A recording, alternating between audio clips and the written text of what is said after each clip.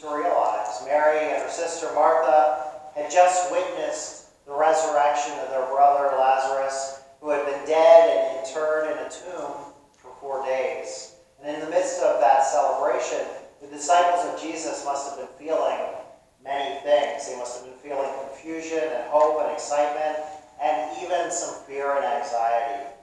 This miraculous event, this raising of Lazarus, inevitably caught the attention of religious authorities, because now more and more people would be pinning their hopes on Jesus. More people would be looking to this event of resurrection, this miracle that Jesus performed, and they would be saying, this is the one who will rescue us from the oppression of Rome.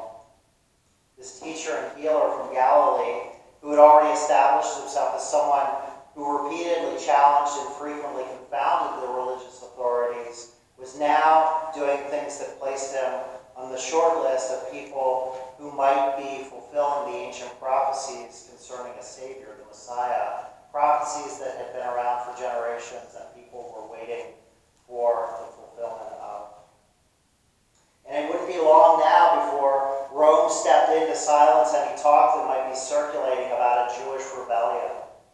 The priests knew that Roman intervention would inevitably mean, a dramatic purge of the temple and of the priesthood itself, something violent that would send an undeniable message that Rome, and not the God of the Hebrews, was the true wielder of power in Jerusalem.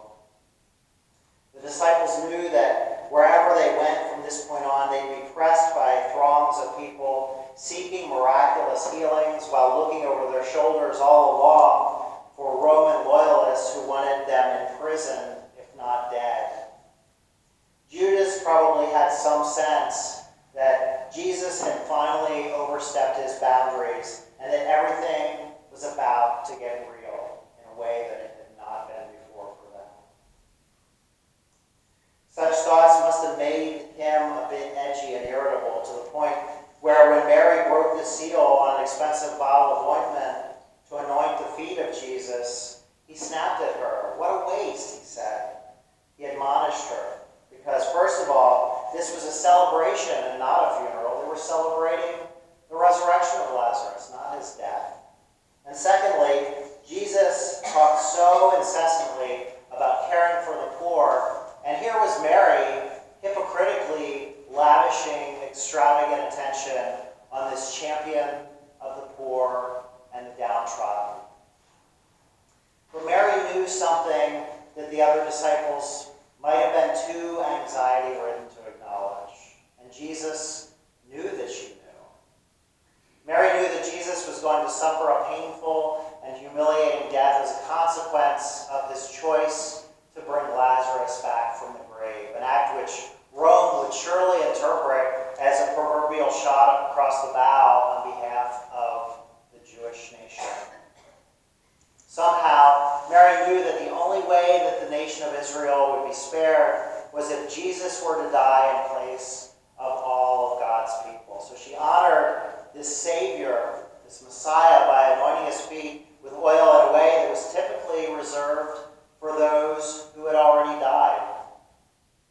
In a sense, Mary was pronouncing Jesus, who had just revealed himself as someone powerful enough to defeat even death itself, as a dead man walking.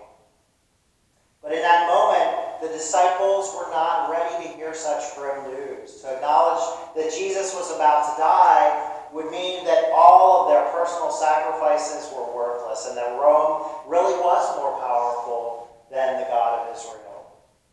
But Mary knew something that gave her confidence in Jesus anyway.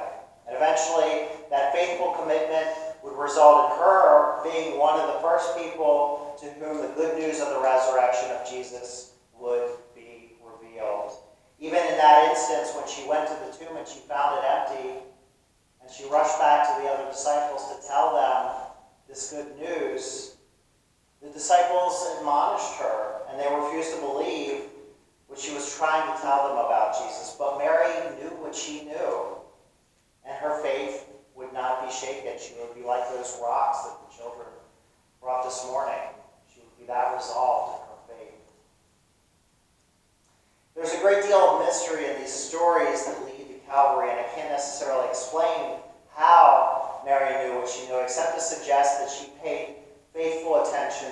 Jesus as well as to what was going on in the world around her. Many of us here today are trying to walk that fine and often treacherous line that Mary walked, the walk of faith that calls us to keep one eye on the world around us and one eye on the teachings of Jesus.